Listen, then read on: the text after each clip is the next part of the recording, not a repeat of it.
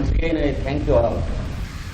Today, we are expected to know something about the pyramid and the Temple of Solomon. Two profound and grand subjects. The first one is continuously in dispute. The various points of dispute are not yet settled till today. And the second one, the Solomon's Temple, is accepted as a symbol of universal wisdom, a part of which is taken from the descriptions of the Old Testament and part of which has been developed by the symbologists of the medieval and modern age. Now about the pyramid. There is a lot of literature about the nature of the pyramid.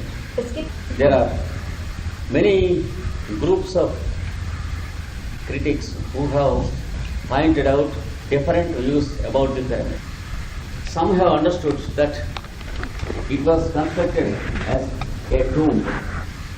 They concluded that the ancient Egyptian emperors had a habit of constructing the tomb in such a peculiar model.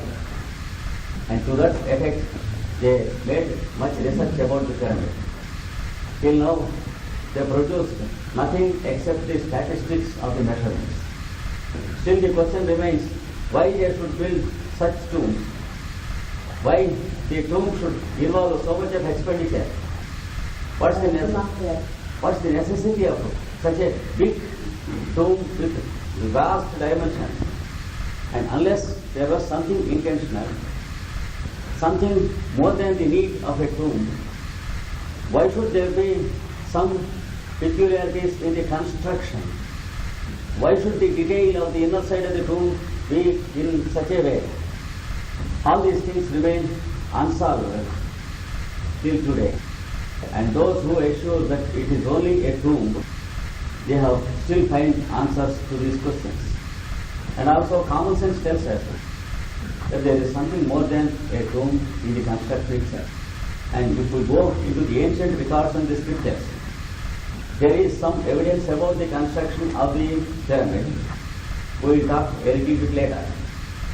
And there are the second group of people who assume that there is something more than a tomb. They understand that it was a temple of symbolism and that the ancients have formulated a peculiar formula where they could embed all their cosmological wisdom by way of transmitting the information to the next generations, handing down to posterity through ages. They chose to construct the pyramids with peculiar dimensions and shapes, which are highly symbolic of certain truths.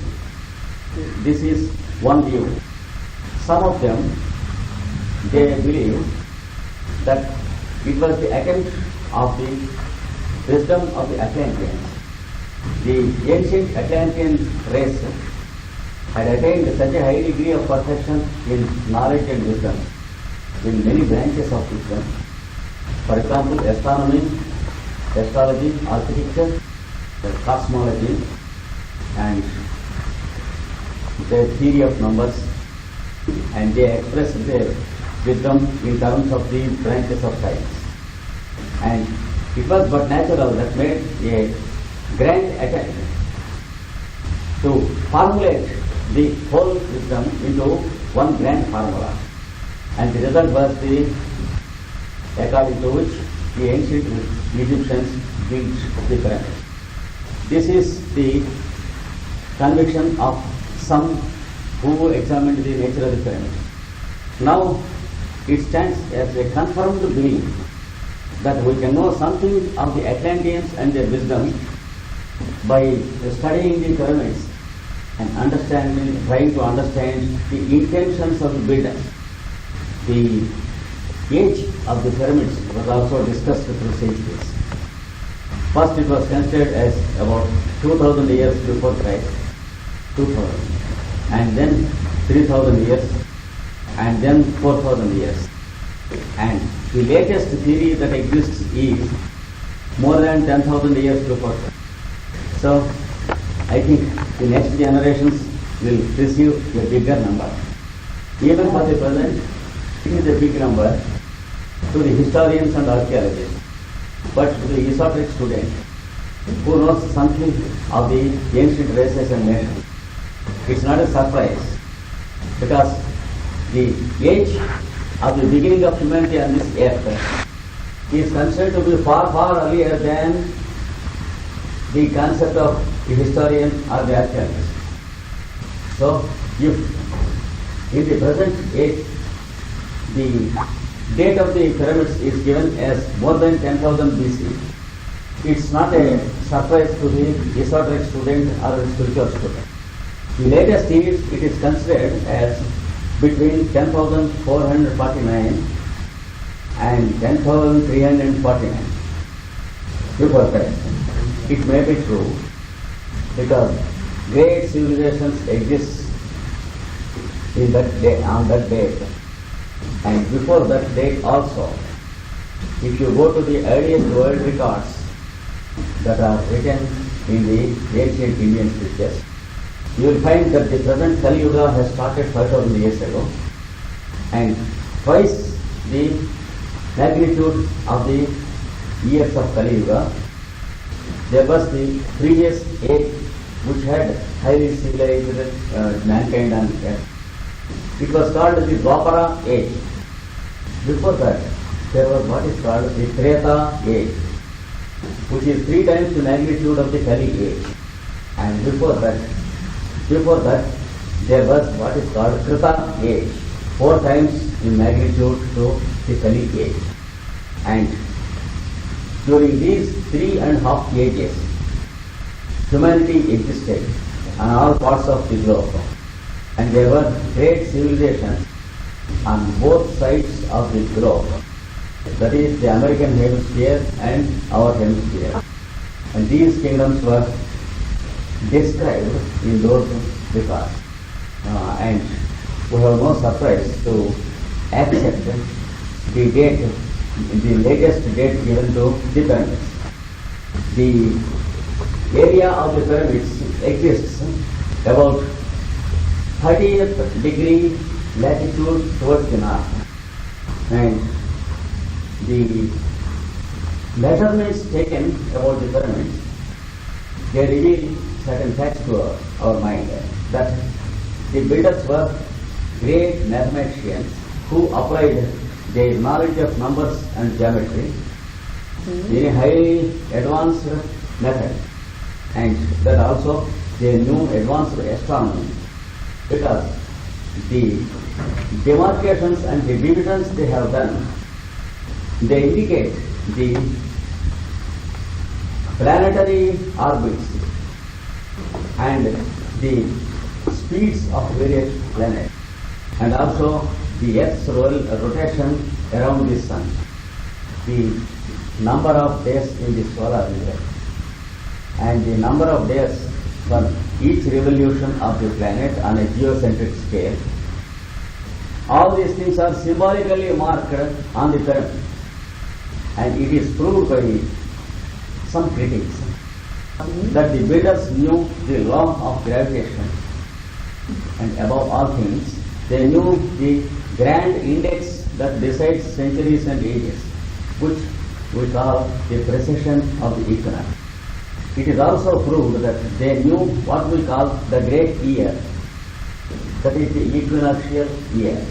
And there are evidences to show that there are the symbols of the 4 ages divided. For example, the golden age, the silver age, the copper age and the iron age, which are described as the 4 ages by different names in Indian scriptures also. So, easily take it as a symbolic temple of the wisdom of the ancient humanity. The sides of each pyramid are all equilateral triangles, and the base is a perfect square, and the the model of the pyramid coming to the human mind itself is something mysterious. And if we meditate upon that fact, how the archetypes of creation came to the human mind as crystals. For example, the earliest temples of the earliest nations and races, they have the concept of the perfect globe, the circle, the perfect cube, and the pyramid.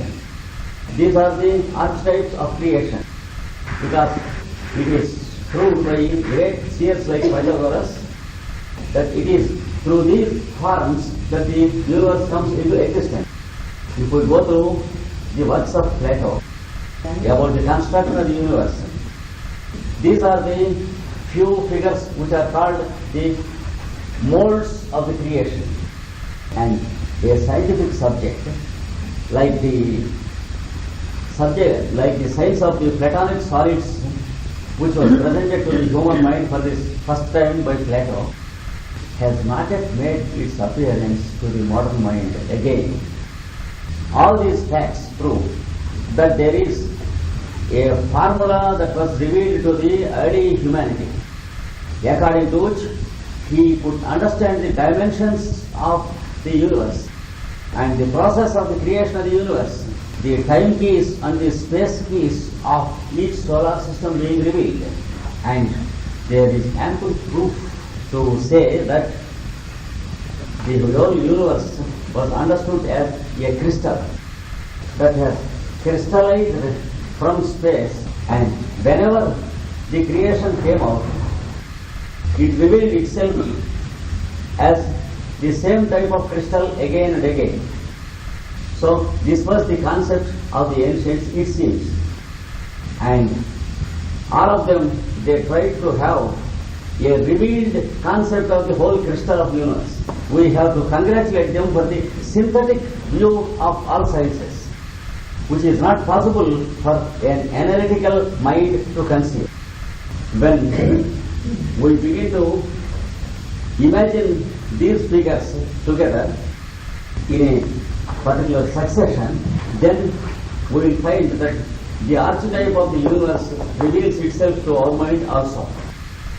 The process of teaching such a science was there in vogue, and there were the masters who understood this grand crystal of the universe, and they had a method to successfully impart the structure of the crystal to their disciples, and that the attempt to transmit their knowledge to others resulted in the construction of the grand temples of the various places.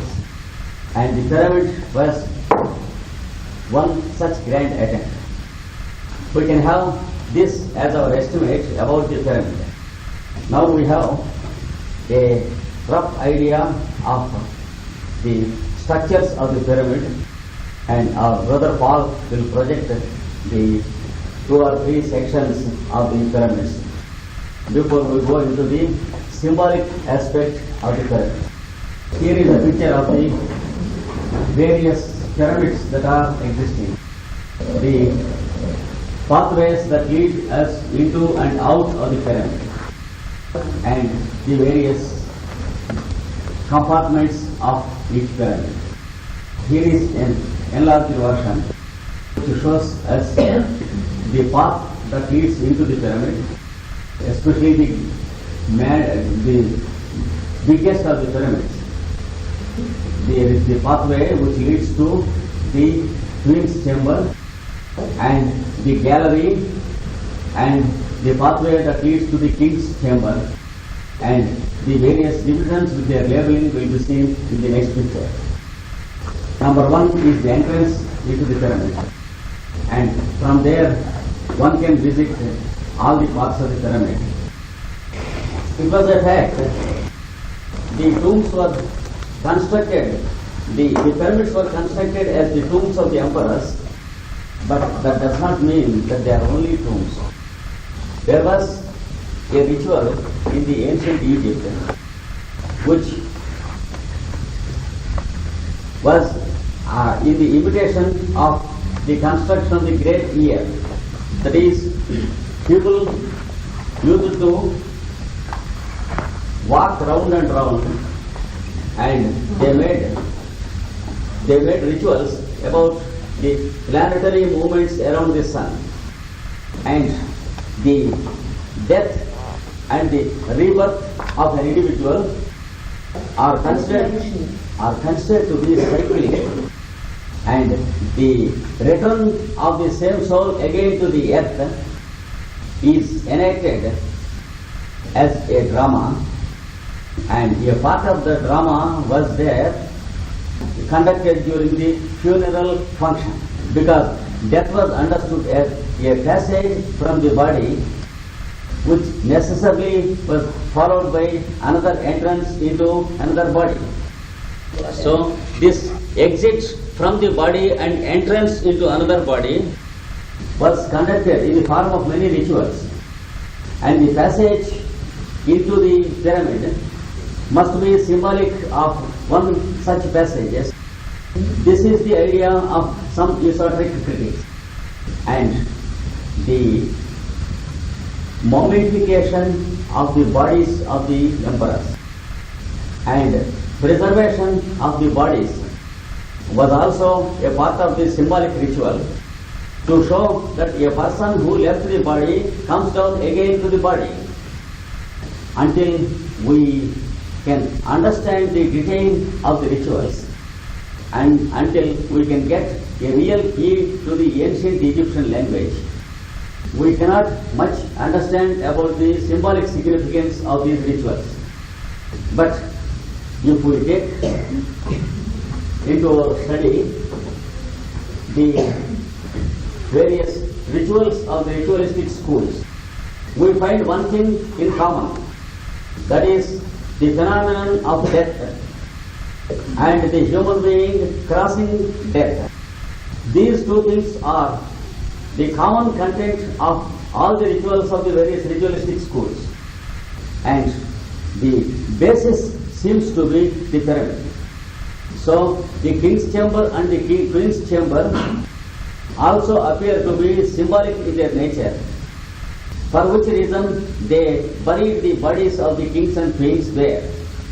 For example, one esoterist describes that the king's temple is the center of a solar system, king's chamber, and the queen's chamber is symbolic of the moon's rotation around the earth, and the two are symbolic of the solar and the lunar activities of our earth, and they also represent the solar and lunar centers in the human body. Whether we know these things definitely or not, whether we understand the type of rituals that were conducted by the Egyptians or not, one thing is verifiable. The very shape of the pyramid is a symbol of the synthetic power of the human mind, and the very meditation of the shape of the symbol, when done systematically, leads to a unification of one's own capabilities, and it leads the mind from negativism to positive activity. And if we construct any building in the shape of a pyramid, and when we stand in the geometrical center of a pyramid and daily make a meditation or prayer from that center, we will find that great changes begin to occur in our constitution, and the mind begins to get integrated. To this effect, we have the process of conducting this ritual since many thousand years in many countries. A continuous tradition, unbroken, is there in India till now about a process called constructing the pyramid in the mind. We, the traditional families in India, we conduct this ritual often, and there are people who conduct this ritual morning and evening, that is at the time of sunrise and sunset in India. I think a proper study of this ritual will throw a better light upon the pyramids of Egypt. I will now give you an idea how the ritual is conducted.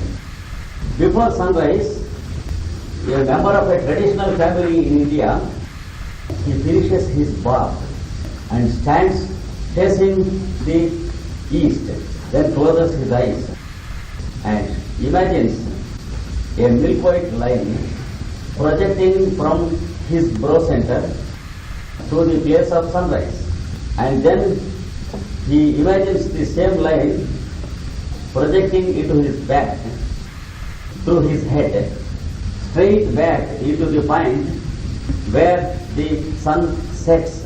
So from east to west, he imagines one line passing through himself. Then from south to north, he imagines another such line that is passing through himself. These two lines cross each other in the head of the person who is conducting the prayer at right angles to, that is perpendicular to each other. And then he imagines the dome of space as a big temple with the ring of the horizon touching these four cardinal points, that is east, west and north, south. Then he joins the 4 points to form a square. Now he has the figure of a cross and a square within a circle, at the center of which he is standing. And now he makes a 3-dimensional cross, that is a 6-armed cross. That is 1 to the east, 1 to the west, 1 to the south, 1 to the north, 1 to above, 1 to below. So he makes a 6-armed cross. And then he imagines the whole figure in a total dome or globe of space. So he constructs what is called a double pyramid. From the 4 corners of the square, he joins the edges right on his head when he has the pyramid. And then he joins the 4 corners again under his feet when he has a second pyramid. That is one pyramid